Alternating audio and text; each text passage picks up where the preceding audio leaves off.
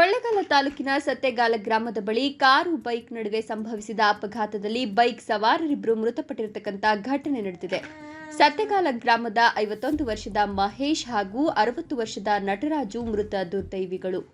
ಮಹೇಶ್ ಹಾಗೂ ನಟರಾಜು ಅನ್ನೋರು ಜಮೀನಿನಲ್ಲಿ ಕೆಲಸ ಮುಗಿಸಿ ವಾಪಸ್ ಸತ್ತೆಗಾಲಕ್ಕೆ ಬರ್ತಿದ್ದಾಗ ಗ್ರಾಮದ ಹೊರವಲಯದ ರಾಷ್ಟ್ರೀಯ ಹೆದ್ದಾರಿ ಬಳಿ ವೇಗವಾಗಿ ಬಂದ ಕಾರು ಡಿಕ್ಕಿ ಹೊಡೆದಿದೆ. ಪರಿಣಾಮ ಸ್ಥಳದಲ್ಲಿಯೇ ಓರ್ವ ಮೃತಪಟ್ಟರೆ ಆಸ್ಪತ್ರೆಗೆ ಸಾಗಿಸುವ ಮಾರ್ಗ ಮಧ್ಯೆ ಮತ್ತೋರ್ವ ಮೃತಪಟ್ಟಿದ್ದಾನೆ ಅಂತ ತಿಳಿದುಬಂದಿದೆ. ಅಪಘಾತದಲ್ಲಿ ಬೈಕ್ ಸಂಪೂರ್ಣ ಜಜ್ಜಿ ಹೋಗಿದೆ. ಕಾರಿನಲ್ಲಿದ್ದವರಿಗೆ ಸಣ್ಣ ಪುಟ್ಟ ಗಾಯಗಳಾಗಿದೆ. ಮೃತದೇಹಗಳನ್ನು ಕೊಳ್ಳೇಗಾಲ ಉಪವಿಭಾಗ ಆಸ್ಪತ್ರೆಯ ಶವಾಗಾರದಲ್ಲಿ ಇರಿಸಲಾಗಿದೆ. ಈ ಸಂಬಂಧ ಗ್ರಾಮಾಂತರ ಪೊಲೀಸ್ ಠಾಣೆಯಲ್ಲಿ ಪ್ರಕರಣ ದಾಖಲಾಗಿದೆ. ವರದಿ ನಿಂಪು ಸಾಗರ್, ನ್ಯೂಸ್ 9 ಕನ್ನಡ, ಕೊಳ್ಳೇಗಾಲ.